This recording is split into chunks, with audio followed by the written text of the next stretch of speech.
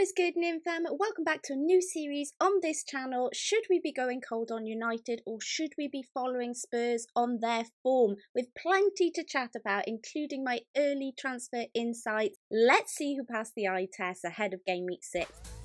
So let's delve into Tottenham, and they are on the up in form. 4 wins in a row now and second in the league. They're even out there setting records, which pains me to say, of course. The Kulusevski goal is the latest Premier League match winner on record, 99 minutes and 53 seconds. Can you imagine that? Like, who thought these matches would go on for an eternity a couple of seasons ago? But here we are. Against Sheffield United, we were expecting good things. Let's be honest, a lot of people piled in on Spurs, and 2-1 was kind of good, but it didn't involve the FPL assets that many of us owned. Son had his chances, but it was a quiet day from him, really. He did put out a statement afterwards saying that he was really trying to help Richarlison. Whether that stunted his performance a little bit when Richarlison came on, I don't know, but maybe something to consider. I wouldn't panic on Son or Maddison as FPL assets just now. Both looked great. Yes, there's a tough fixture ahead potentially for them in the North London derby, but the North London derby, as somebody who knows a lot about it, does always bring goals.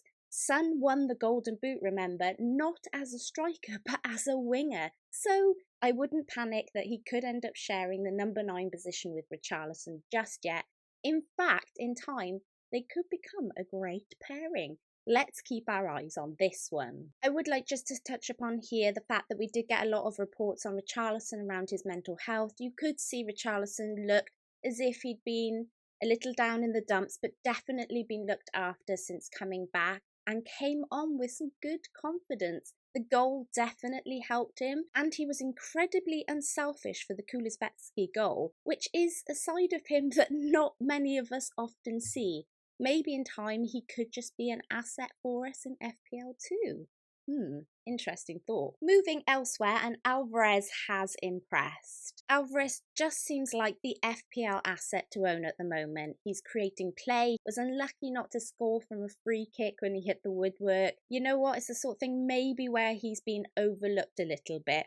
Haaland, on the other hand, wasted so many chances. Feel a little bit lucky as a Haaland captainer that I got that goal. Foden started well, but he didn't set the world alight worryingly, especially with his quotes midweek, when he was saying that I want to play more regularly, I want to score more goals, hoping Pep will give me this chance.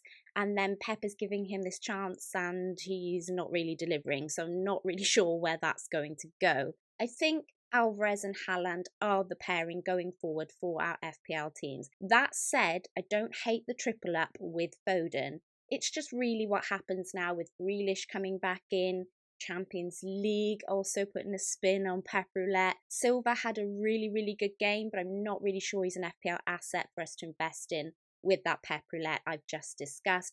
However, I do think if you can afford a third FPL striker, or if you've had enough of Jackson like a lot of people have, then Alvarez could be the one to own. Now, I know people are a little bit nervous to jump on the next hype train after Sterling and then Son.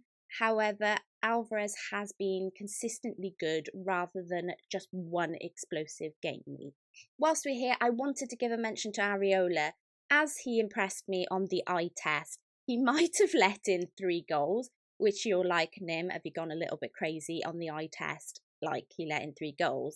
But if it wasn't for him, it could have been a whole lot worse. He's just 4.1 million as well, and is the 3rd top scoring goalkeeper at the moment, despite not having 1 clean sheet to his name, which means he is getting points anyway, regardless of not doing very well.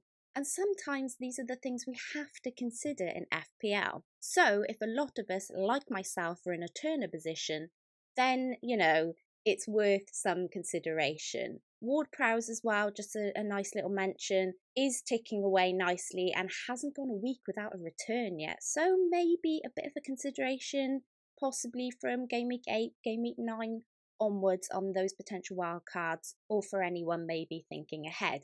If you'd like to know my points and early transfer plans, then stay tuned, they are coming up shortly. But for now, let's discuss Manchester United assets as they continue to struggle. Rashford looked sharp despite United sinking. Unsure how he didn't score in those first 15-20 minutes, he even hit the woodwork. And he did set up Højlund, but the goal was ruled out. The ball kind of trickled over the line from Rashford before he crossed it in and Højlund finished it. I feel so unlucky as a Rashford owner that one of his chances in that first kind of period of the match didn't stick. The link-up play looks as if it will come between those two. And I really like the look of Højlund too. Think I might be willing to wait out Rashford a little longer, though the temptation for Salah is strong and my only way back to Salah is via Rashford. But these fixtures coming up for United, in fact, the weeks ahead for United are looking good. So this is a tough one. Bruno doing a lot more defensive work with United's absentees. Maybe if you own him, if you know these absentees are going to be out a while, which we kind of have an idea that they might be, then it could be a consideration potentially to move him on. However, let's speak of that defence. They are really, really struggling. And any time that United try to attack, Brighton were just brave enough to play out of it. And so a mention of Brighton, they simply took their chances. Despite their changes, their squad depth is just working for them. If they can flip up the game with 6 changes and still come out with a win, they deserve their place. But not only on the eye test, the stats back it up as well. First for shot and shots on target, and second for expected goals. On a side note, Lamptey looked very, very good for Brighton. I wonder if De Zerbi will rotate to Stupinan now, knowing he played well in that position. One to watch out for. On the opposite side of the coin, Newcastle looked solid in defence again, something we are all used to after last season. With good fixtures ahead, I've highlighted Botman here, mainly just on his 4.5 million price tag, but I was really impressed with Shah on the eye test. He was looking very attacking, but either way, I'm not really sure Trippier is worth the extra budget over Botman and Shah this season if you're looking to invest in Newcastle defence. I think Trippier is still doing a lot of what he did last season. However, he seems to be nullified a little bit by teams. Teams seem to have cottoned on to his kind of running down that wing and crossing it in and things like that. So his chances to create assists are a lot less at the moment, and he's so much more money than Botman and Shah, who, especially in Botman's case, are getting bonus points and things like that. That I wouldn't rule him out if you've got the cash, because a lot of people, especially if you haven't gone with Salah, are swimming in cash. So if you wanted to go with the potential of Trippier, then that is absolutely fair enough.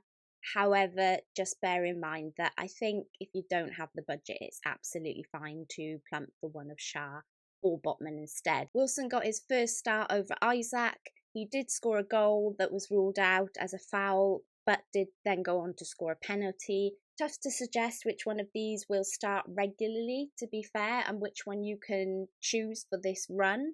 But let's just say you would be taking a punt no matter which way you went with either of those. Brentford didn't have a good game on their standards. Visser missed a few good chances, and Mbeumo quiet by his standards. Hopefully just an off day with 2 really good fixtures around the corner. Temptation here might be to sell one of these 2 guys to upgrade elsewhere. But you know what? Those 2 fixtures, I would probably hold on.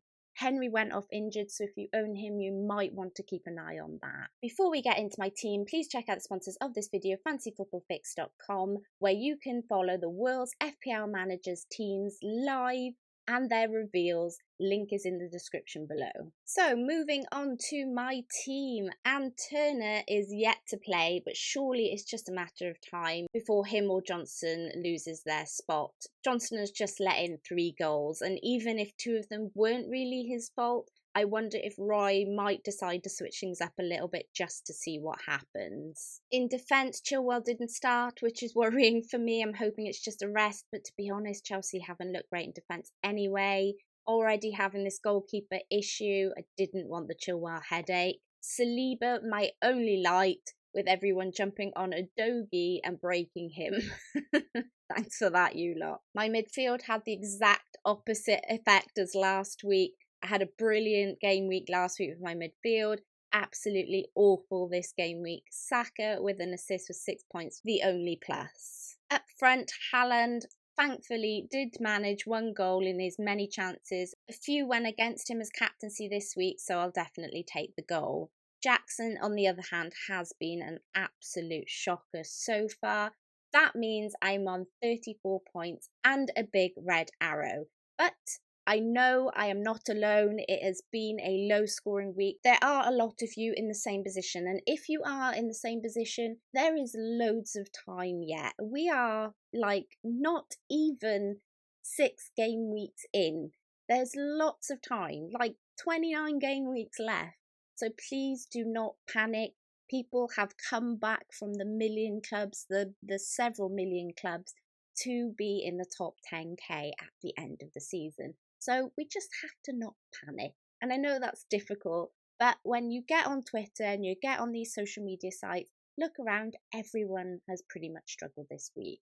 And to be honest, of course, there will be the people that have done well and will share that, and big up to them. But for most part, there will be a lot of people where you will not be alone. With that, let's take a look at my early transfer plans for Game Week 6. I have 2 free transfers and I am considering Turner to Areola in the assumption that he loses his spot soon. And Areola is just 0.1 more than Turner and does rotate well with Johnston if he happens to keep his place.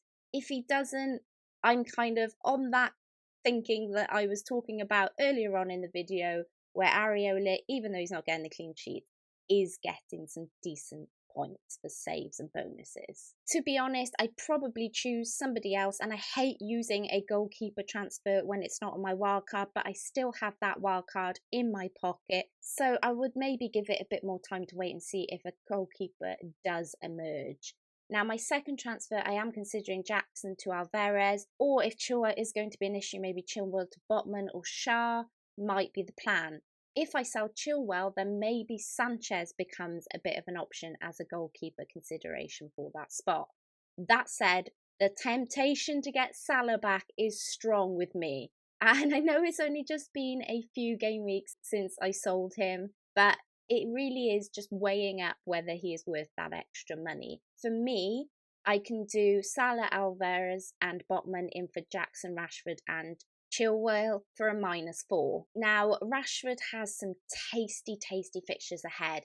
Just really keep going back to that extra money for Salah for other things, or is Salah worth it?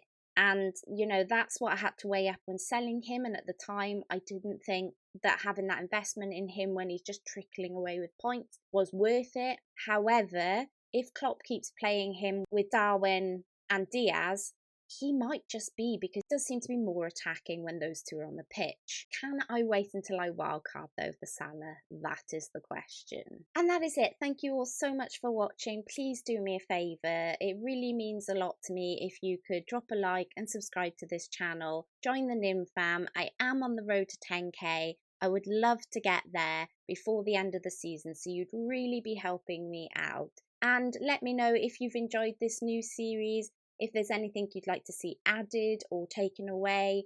I want to make the best content for you guys, so any feedback is welcome. Until next time, Nymphria out.